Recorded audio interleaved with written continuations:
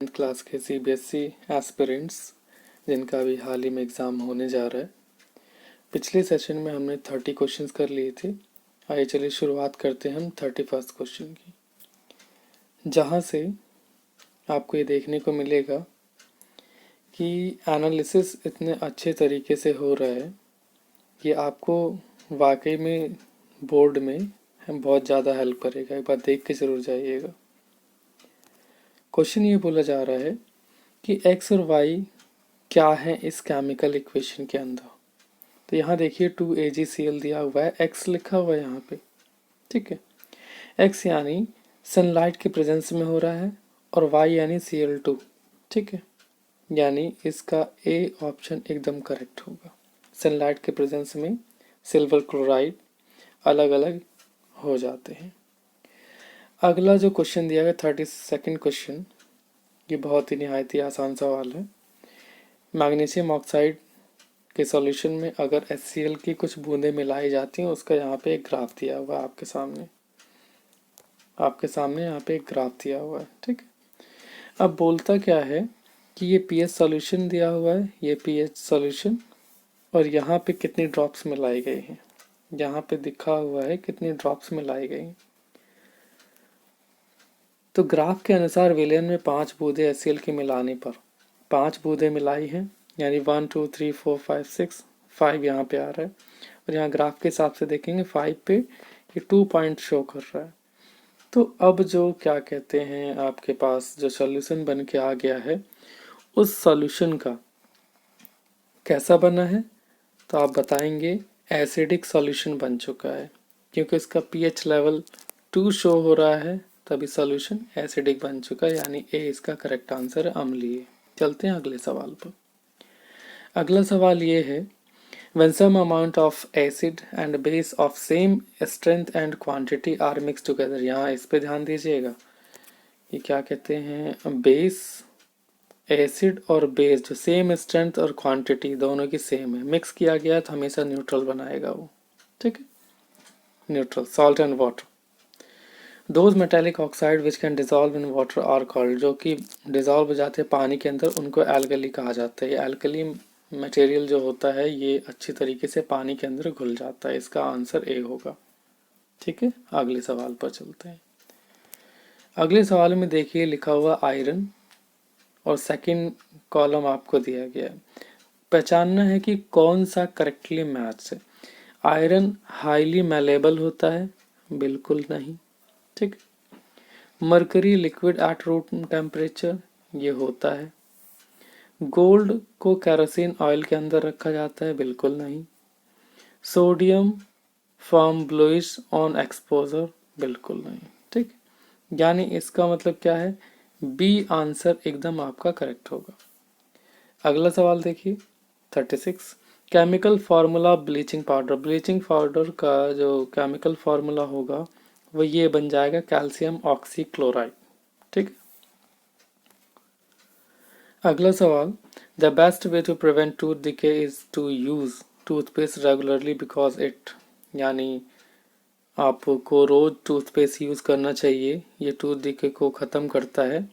ऐसा इसलिए करता है क्योंकि ये बेसिक इन नेचर होता है। रात के खाने के बाद आपके दांतों में तो थोड़े बहुत टुकड़े रह जाते हैं खाने के, उसकी वजह से शुगर एसिड बनने लगता है मुंह के अंदर, और जब आप सुबह सुबह ब्रश करते हैं टूथपेस्ट का यूज़ करके, तो बेसिक नेचर का होता है जो कि न्यूट्रल कर देता है उन्हें। चलते हैं अगले सवाल पर। क्वेश्चन नंबर 38, यहाँ मैं आपको समझा दूँ, ए बी और सी डी ऑप्शन लगाना। ए ऑप्शन इसलिए कि असर्शन और रीज़न दोनों करेक्ट है और रीज़न उसका सही एक्सप्लेनेशन है। बी बोलता है कि असर्शन और रीज़न करेक्ट है। सी बोलता है असर्शन करेक्ट है, रीज़न गलत है। और डी बोलना है कि असर्शन गलत है, रीज़न करेक्ट है, ठीक है। अब चलते हैं, पहला सवाल पढ़ते हैं इसमें 38 question.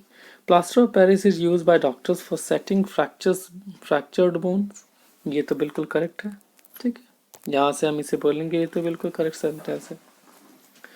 When plaster of Paris is mixed with water, it sets into a hard mass, ये भी हम करेक्ट बोलेंगे, क्योंकि CaSO4 पॉइंट 12H2O में जब पानी मिक्स कर दिया जाता है 1.5 मॉलिक्यूल ऑफ वाटर, ये बन जाता है CaSO4.2H2O यानी जिप्सम बना देता है, ठीक।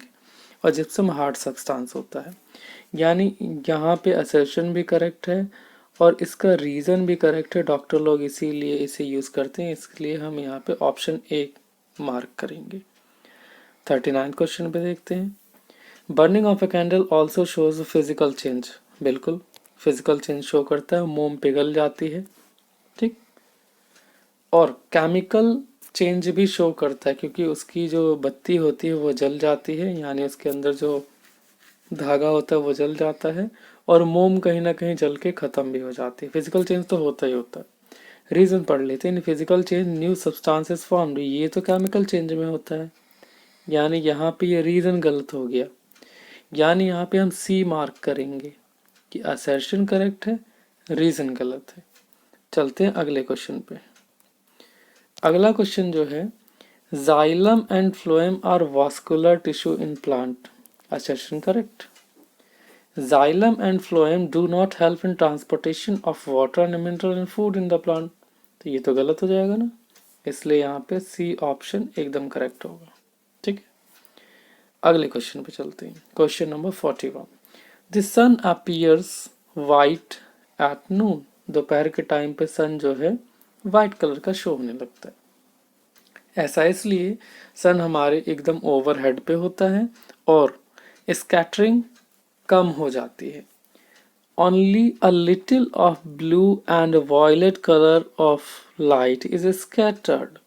जब दूरी थोड़ी सी कम हो गई है तो क्या होगा, वायलेट और ब्लू कलर का स्कैटरिंग कम हो जाती है, इसलिए सन हमें वाइट अपीयर होने लगता है। तो यहाँ हम ऑप्शन ए लगा सकते हैं, ठीक है।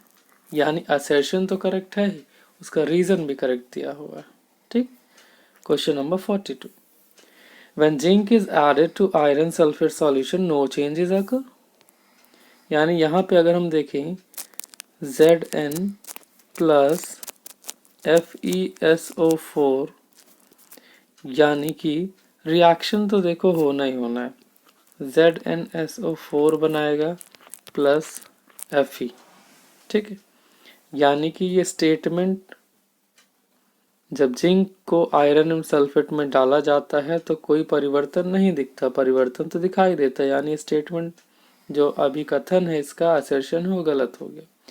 Zinc is more reactive than iron, ये एकदम करेक्ट है। यानी यहाँ पे हम आंसर जो टिक करेंगे वो करेंगे डी, यानी आंसर हम मार्क करेंगे डी, ठीक है। असर्शन गलत है लेकिन इसका रीजन वाला स्टेटमेंट एकदम करेक्ट है। चलते हैं अगले सवाल पर। अगला सवाल दिया हुआ है, which part of blood helps in clotting of blood, यानी खून का कौन सा हिस्सा ब्लड को थक्का बनाने में हेल्प करता है। तो इसका एक ही आंसर है, प्लेटलेट्स, ठीक है। या फिर इसे थ्रोम्बिन भी बोला जाता है, THROMBIN, थ्रोम्बिन भी बोला जाता है, ठीक है। Question number 44। Helps in translocation of food in plant. Food तो हम फा से फूड होता है और फा से फ्लोएम होता है, ठीक है। इसको ऐसे याद रखें, फा से फूड, फा से फ्लोएम, और जा से जल होता है, जा से जाइलम, ठीक है। फिलहाल यहाँ पे फूड की बात की गई है तो ऑप्शन भी एकदम करेक्ट होगा। चलते हैं अगले सवाल पे। Question number 45। क्वेश्चन नंबर 45 में आपने पहचानना है, महाधमनी शरीर में ऑक्सीजन रुधिर को पहुंचाते, यानी अओर्टा की बात हो रहा है, AORTA, अओर्टा की बात की जा रही है। ये शरीर में ऑक्सीजन वाला ब्लड पहुंचाती है, ठीक है, दिस वन, ओके। बायां निलय, ठीक है, बायां निलय यानी लेफ्ट वेंट्रिकल ऑक्सीजन युक्त रुधिर रखता है, यानी यहाँ पे लेफ्ट वेंट्रिकल, ठीक है। इसमें जो ऑक्सीजन युक्त ब्लड होगा, यानी ब्लड जो होगा ऑक्सीजन से भरा होगा, बिल्कुल सही है। तीसरा सेंटेंस देखते हैं, बायां अलिंद, थर्ड स्टेटमेंट यहीं पे गलत हो जाते हैं। ये देखिए राइट साइड है, ठीक है, ये बायां तो है ही नहीं। बायां अलिंद वी ऑक्सीजनेटेड, यानी जिसमें ऑक्सीजन नहीं होता, ऐसा रक्त को यहाँ पे एकत्रित करता है। ठीक, यहाँ पे एट्रियम की बात हो रही है, लेफ्ट एट्रियम, तो लेफ्ट एट्रियम तो इधर होगा ना, इधर तो होगा नहीं, यानी तीसरा स्टेटमेंट गलत हो जाता है। तो ऑप्शन के हिसाब से अगर हम देखें, first and second statement will be correct, यानी ए इसका सही जवाब है। चलते हैं अगले क्वेश्चन पे। अगला क्वेश्चन 46 में ये बोला जा रहा है, सेम ये विजुअली इम्पेयर्ड के लिए था, महाधमनी शरीर को ऑक्सीजन युक्त रुधिर की आपूर्ति करता है। बिल्कुल सही, करता है। बायां नीले ऑक्सीजन युक्त रुधिर है, उसमें होता है, बिल्कुल होता है। बाएं आलिंद से ऑक्सीजन रहित रुधिर को संग्रहित करना। अब बायां आलिंद जो होता है ऑक्सीजन रहित रुधिर को संग्रहित करना, ये तो भैया नहीं होता। ठीक है, तो यहाँ पे अगर हम बोलें कि कौन सा एकदम करेक्ट मैच है, यहाँ पे देखिएगा first and second correct match होगा। ठीक, लेफ्ट एट्रियम की बात की गई है, डीऑक्सीजनेटेड ब्लड नहीं लेके जाते यहाँ, इस पे ध्यान रखिएगा। ठीक है, ऑप्शन ए एकदम करेक्ट होगा। अब when light passes from denser medium to rare medium, denser medium से रेयर मीडियम में लाइट पास करती है, which of the following statements is true, कौन सा स्टेटमेंट ट्रू होगा भाई? एंगल आई यानी इंसिडेंस रिफ्रैक्शन के बराबर होगा, इंसिडेंस रिफ्रैक्शन से छोटा होगा या इंसिडेंस रिफ्रैक्शन से बड़ा होगा। तो एक ग्लास स्लैब को बनाते हैं और यहाँ से रे को एंटर करवाते हैं, यहाँ से अगर नॉर्मल बनाया तो ये रे बेंड कर जाती है और यहाँ देखिए उसके बाद यहाँ निकल जाती है। ठीक, तो ये जो एंगल यहाँ बन जाता है रिफ्रैक्शन एंगल, और यहाँ पे इसके हिसाब से अगर देखा जाए तो इंसिडेंट एंगल बनेगा। ठीक है, तो यहाँ पे इंसिडेंट एंगल रिफ्रैक्टिव एंगल से कम होगा, यानी बी ऑप्शन एकदम सही है। ठीक, क्वेश्चन के हिसाब से बता रहा हूँ मैं, डेंसर से रेयर में जा रहा था, इंसिडेंस ये हो गया, रिफ्रैक्शन ये हो गया, तो इसके हिसाब से ये करेक्ट होगा बी। चलिए आगे क्वेश्चन पे चलते हैं। क्वेश्चन नंबर 48 कि 10 सेंटीमीटर फोकस दूरी वाले अवतल दर्पण के सामने 20 सेंटीमीटर की दूरी पर एक बिंब रखा है, इसका प्रतिबिंब कहाँ बनेगा? ठीक है, यहाँ पे बोल रहा अगर अवतल दर्पण यानी कनकेव मिरर के पास अगर रखा हुआ है और इसका फोकस दूरी यानी फोकल लेंथ 10 है, तो इसका सेंटर ऑफ कर्वेचर होगा यहाँ पे 20 सेंटीमीटर पे। और आपको पता होगा कि सेंटर ऑफ कर्वेचर पे अगर कोई ऑब्जेक्ट रखा जाता है तो इसका जो इमेज बनता है वो सेंटर ऑफ कर्वेचर पे ही बनता है, इन्वर्टेड होता है और सेम साइज का बनता है। ठीक है, चलते हैं अगले क्वेश्चन पे। तो यहाँ पे ऑप्शन के हिसाब से अगर देखा जाए तो यहाँ आप ए ऑप्शन लगाएंगे। ठीक है, अगला क्वेश्चन ये कहता है कि match the words of column 1 with column 2। यहाँ पे बिल्कुल आसानी से, अगर आपने थोड़ा भी पढ़ा होगा तो आसानी से लगा सकते हैं। तो यहाँ देखिए पेप्सिन क्या काम करेगा, ब्रेक डाउन करेगा प्रोटीन का। ठीक, यानी L का 2 हो गया। तो यहाँ देखिए L का 2 यानी A C D ऑप्शन में है। उसके बाद HCl यानी N जो है 1 में जाएगा। अब N देखिए 1 कहाँ है, N का 1, तो इस हिसाब से B और D ऑप्शन हो गए। ठीक है, अब L का 2 यानी L का हो गया 2 और HCl का हो गया 1 यानी N का 1 हो गया। इस हिसाब से देखिए तो ऑप्शन नंबर डी एकदम करेक्ट हो गया। एलिमिनेशन किया हमने, ऑप्शन नंबर डी एकदम करेक्ट आंसर हो गया। ठीक है, यानी के का हो जाएगा 3, break down of starch to sugar, और लाइपेज का हो जाएगा ब्रेक डाउन ऑफ फैट्स, एकदम करेक्ट। चलते हैं अगले क्वेश्चन पे। Question number 50, during respiration yeast converts glucose into, glucose को बदल देता है, यानी जब एब्सेंस ऑफ ऑक्सीजन होता है, यानी ऑक्सीजन होता ही नहीं, तो उस टाइम पे इथेनॉल और कार्बन डाइऑक्साइड का फॉर्मेशन हो रहा होता है, यानी ऑप्शन डी एकदम करेक्ट है। अगला question, if angle between incident ray and reflected ray 60 then the angle of incidence, अगर यहाँ पे हम बना लें एक प्लेन और यहाँ से एंगल ऑफ इंसिडेंस हो और ये एंगल ऑफ रिफ्लेक्शन है, ठीक है, ये इंसिडेंट एंगल की रे है और ये एंगल ऑफ रिफ्लेक्शन, बीच में खींचते हैं नॉर्मल।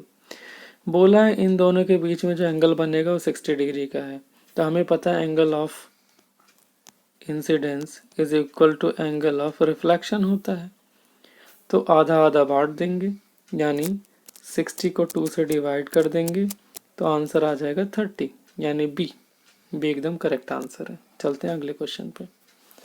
अगला क्वेश्चन ये कहता है कि स्टेटमेंट पढ़िए इस चित्र को देखते हुए और बताइए कौन सा एकदम करेक्ट होगा। यहाँ पे देखिए, image of the object which B a virtual one, बिल्कुल वर्चुअल बनेगा क्योंकि एफ और पी के बीच में जब भी ऑब्जेक्ट रखा जाता है वर्चुअल इमेज बनता है concave mirror. Second, reflected ray will travel along the same path as the incident ray but in the opposite direction, ये भी बिल्कुल सही है, सेंटर से होती हुई जो भी लाइन जाएगी वो वापस सेंटर से ही आ जाती है। थर्ड स्टेटमेंट देखिए, image of the object will B inverted, image जो है इन्वर्टेड नहीं बनती, इरेक्ट बनती इस कंडीशन में।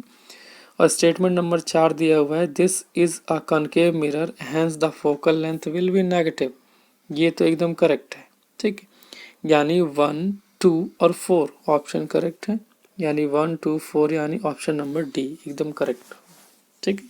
चलते हैं अगले सवाल पर।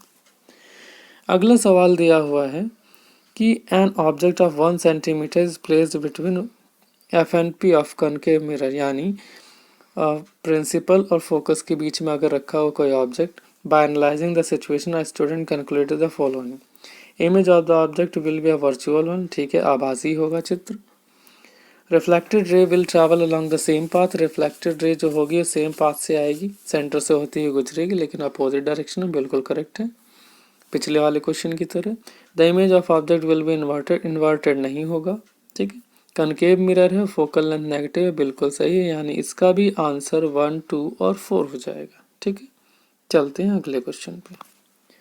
अगला क्वेश्चन कहता है कि इन सब में से देखिए और बताइए कि कौन एकदम करेक्ट है, ठीक है, कौन एकदम करेक्ट है। तो आप यहाँ देख रहे हैं कि कौन, बताइए कौन एकदम करेक्ट है। तो यहाँ से हम क्या जान सकते हैं कि इंसिडेंट रे देखिए आ रही है, बिल्कुल करेक्ट है। यहाँ से जो रिफ्लेक्टेड रे है, इंसिडेंट रे यहाँ पे आपको दिखाई दे रहा होगा, इंसिडेंट रे अगर बड़ा है तो रिफ्रैक्टेड रे छोटा होता है, ठीक है। किस केस में, अगर रेयर से डेंसर में आ रही है, ठीक, तो यानी इस हिसाब से ऑप्शन नंबर ए एकदम करेक्ट है, ठीक है, 54 का ऑप्शन नंबर ए। चलते हैं अगले सवाल पर। 55 number question, a light ray incident obliquely on the one face of glass slab, which of the following is correct about the angle of incidence, angle of refraction and angle of emergence, कौन सा इसमें सबसे ठीक होगा। अगर light रे आ रही है, ठीक है, अब यहाँ से ग्लास स्लैब को देखिए और रे अगर आ रही है, ठीक है, तो ये बेंड हो जाएगी नॉर्मल की तरफ, ठीक, बेंड हो जाएगी नॉर्मल की तरफ। तो एंगल ऑफ इंसिडेंस अगर बड़ा होगा तो रिफ्रैक्शन एंगल बिल्कुल छोटा होगा, बिल्कुल सही बात है। एंगल ऑफ इंसिडेंस छोटा है तो एंगल ऑफ रिफ्रैक्शन बड़ा होगा, ये गलत बात है। Angle of incidence angle of refraction के बराबर होगा, बिल्कुल नहीं। एंगल ऑफ रिफ्रैक्शन बड़ा होगा एंगल ऑफ इमर्जेंस की, ये भी गलत बात है इस कंडीशन में, यानी ऑप्शन नंबर ए एकदम सही जवाब है इसका, ऑप्शन नंबर ए एकदम सही जवाब होगा। चलते हैं अगले क्वेश्चन पे। Question number 56, according to law of reflection की बात की गई, यहाँ ध्यान से पढ़िएगा। According to law of reflection की बात की तो एंगल ऑफ इंसिडेंस जो है, angle of incidence angle of reflection के बराबर होता है। बिल्कुल सही है, यानी ऑप्शन ए ही इसका बिल्कुल करेक्ट आंसर हो जाएगा। अब यहाँ देखिए आपको एक यहाँ पे कॉन्वेक्स लेंस दिया गया है, ठीक है। अब कॉन्वेक्स लेंस की जो पावर होती है ये पॉजिटिव आती है क्योंकि इसका फोकल लेंथ पॉजिटिव होता है। तो यहाँ पे पावर का जो फॉर्मूला लग जाता है ये 1/f लगता है, ठीक है, जहाँ पे f मीटर में होता है, f जो है मीटर में होता है। अब यहाँ से अगर हम पावर निकालने की कोशिश करें P बराबर 1/50 सेंटीमीटर यानी 0.5 मीटर हो जाएगा, ठीक है, और डिवाइड करेंगे तो इसे प्लस का 2 आ जाएगा, और +2 आपको यहाँ दिख रहा है +2 डायोप्टर। चलते हैं अगले क्वेश्चन पे। The focal length of converging lens यानी कन्वर्जिंग लेंस की अगर बात कर रहा है तो ये हो गया जिसकी फोकल लेंथ होती है नेगेटिव, और सेम जैसे अभी पिछला क्वेश्चन किया था नेगेटिव है तो P बराबर हो जाएगा 1/-0.5 लिखेंगे और डिवाइड करेंगे तो -2 डायोप्टर आंसर आएगा। आप यहाँ ए ऑप्शन देख सकते हैं -2 डायोप्टर है, ठीक है। अगला सवाल, आयनिक यौगिक कठोर होते हैं, यानी जो आयनिक कंपाउंड होते हैं ये हार्ड होते हैं क्योंकि मजबूत, यहाँ पे सीधे मैं जवाब बता देता हूँ, आयनिक सब्सटेंस जो होते हैं ये सबसे ज़्यादा स्ट्रांग होते हैं क्योंकि मजबूत अंतर आयनिक आकर्षण बल होता है, यानी इनके अंदर इंटरएक्शन फोर्स जो होता है, इंटरएक्शन फोर्स ये बहुत ज़्यादा लगता है, इसलिए ये ज़्यादा ही स्ट्रांग होते हैं, ठीक है, ज़्यादा स्ट्रांग होते हैं। लेकिन जब इनको पानी के अंदर एक्वस सॉल्यूशन में डाला जाता है तब ये इलेक्ट्रिसिटी को फ्लो करवाते हैं। तो यहाँ पे फिलहाल के लिए आंसर बी है। चलते हैं अगले क्वेश्चन पे। यहाँ केस स्टडी दिए गए, plaster of Paris is a calcium sulphate with a molecule of water. It is prepared by heating gypsum CaSO4.2S2 at 100 degrees Celsius to allow partial dehydration. When mixed with water, it gives out a heat and quickly sets to a hard porous mass with 5 to 15 minutes. The first step is called the setting stage with a light expansion in volume. The second stage is hardening stage. तो इसके अनुसार आपको question पूछे गए हैं, उनके जवाब देने हैं। तो यहाँ पे पहला question, the common name of calcium sulphate hemihydrate. Calcium sulphate hemihydrate का जो सही नाम है वो है प्लास्टर ऑफ पेरिस, ठीक। अगला क्वेश्चन वहाँ पे बोला गया था 373 केल्विन पे गर्म करते यानी 100 डिग्री सेल्सियस, तो इसका आंसर हो जाएगा ए, ठीक है। 373 के का मतलब 100 डिग्री सेल्सियस। अगला, The plaster of Paris used by doctor for supporting fractured bones in the right position. Right position में बना रहता है, क्योंकि ये क्विकली सेट हो जाता है, ठीक, क्विकली सेट हो जाता है अच्छे से। Next question, mixing of POP and water. अगर पीओपी और वाटर को मिलाया जाएगा तो ये एक्सोथर्मिक रिएक्शन होगी, ठीक है, एक्सोथर्मिक रिएक्शन होगी, ठीक। अगली case study, some metabolic activities generate nitrogenous material which need to be removed. These wastes are removed by kidneys. If activity of these gets reduced, then an artificial kidney is used. An artificial kidney is a device to remove these waste products from the blood through dialysis. अब चलिए सवाल पे ध्यान देते हैं। The biological process involved in removal of these harmful metabolic waste from the body is called excretion, कहते हैं, उत्कर्षण कहते हैं, यानी पची हुई चीजें बॉडी से निकालने की जो प्रक्रिया है उसे एक्सक्रेशन यानी उत्सर्जन कहा जाता है। उसके बाद पूछा गया है कि ह्यूमन एक्सक्रेटरी सिस्टम यानी मानव उत्सर्जन तंत्र में क्या क्या चीजें शामिल होती हैं। तो मानव उत्सर्जन तंत्र में 2 किडनी, 2 यूरेटर, 1 यूराइनरी ब्लैडर और 1 यूरेथ्रा शामिल होता है, यानी ऑप्शन नंबर सी एकदम इसका करेक्ट आंसर होगा, ठीक। चलते हैं अगले क्वेश्चन पे। Functional unit of kidney, kidney की जो क्रियात्मक इकाई है ये आपको पता ही होगा, नेफ्रॉन। एकदम करेक्ट जवाब है ऑप्शन नंबर ए। अगले सवाल पे चलते हैं। अगला सवाल है, if the function of kidney is reduced in a patient then artificial kidney is used. Artificial kidney का यूज किया जाता है, वो किस लिए किया जाता है कि रिमूव कर दिया जाए हार्मफुल वेस्ट जो कि ब्लड में है। ठीक है, ब्लड से अगर हार्मफुल वेस्ट निकाल दिया जाएगा तो वो हेल्दी हो जाएगा पर्सन, इसलिए डायलिसिस का यूज किया जाता है आर्टिफिशियल किडनी के तौर पे। ठीक है, चलते हैं अगले सवाल पे। अगले केस स्टडी दी गई है कि many optical instruments consist of number of lenses, यानी बहुत सारे लेंस लगे रहते हैं किसी किसी में। They are combined to increase the magnification. Magnification यानी छोटा और बड़ा ऑब्जेक्ट का साइज वो दिखा सकते हैं, यानी इमेज जो बनेगी उसकी छोटी या बड़ी बना सकते हैं। The net power P of lenses placed in contact is given by the algebraic sum, यानी आपस में जोड़ दिया जाए उनकी पावर को तो एक बड़ी पावर बन जाती है लेंस की। अब यहाँ देखिए, a student use two concave lens of power 2D। Concave lens का यूज करता है, ठीक है, कनकेव लेंस का यूज करता है। कनकेव लेंस की जो पावर होगी -2D -2D होगा, यानी कुल मिला के 4D हो जाएगा। ठीक है, माइनस का 4D हो जाएगा। तो हम यहाँ देखेंगे माइनस तो दिया नहीं है, इसलिए हमारा आंसर जो है बी हो जाएगा 4D। अगला सवाल, अ स्टूडेंट यूज ए concave lens. Concave lens 2D, यानी कनकेव लेंस का हम लिख लेते हैं माइनस का 2D, फिर प्लस। कन्वेक्स लेंस की बात की गई तो प्लस में पावर होगी प्लस का 5D, तो कुल मिला के जो पावर आएगी वो हो जाएगा 3D। अब यहाँ ऑप्शन में देखिए 3D है, बिल्कुल है, ऑप्शन ए इसका सही जवाब है।